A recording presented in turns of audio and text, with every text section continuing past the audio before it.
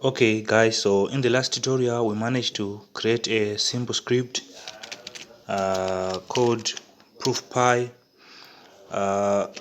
which allowed us to call any Termux arbitrary command of our choice.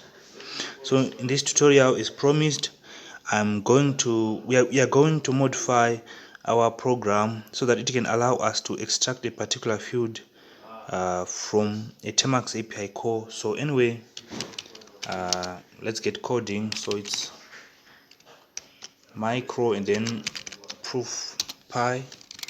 So as a second argument, we want the user to specify a particular field, and the field has a default option of none. Okay, so if the field is not equals to none, that is the user is specified a particular field. We just want to extract a particular field. So how do we do that?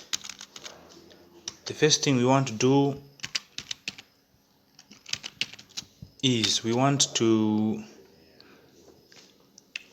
convert JSON into a dictionary. So in order to do that, it's JSON dot load s, which means load string, and then our output, and then from there we just want to return a particular field. So in this case, it's going to be return outdict, and then followed by the field name. In this case, it's just field, something like this. Otherwise, if the field is none, we just want to return output like so. Okay, so let's save that. Let's exit. Anyway,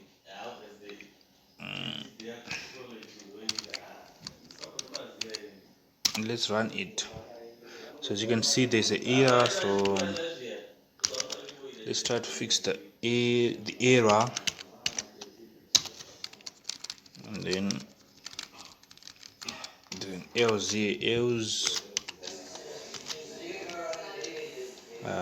just return output. So I'm going to save this, then quit, then try to run this again.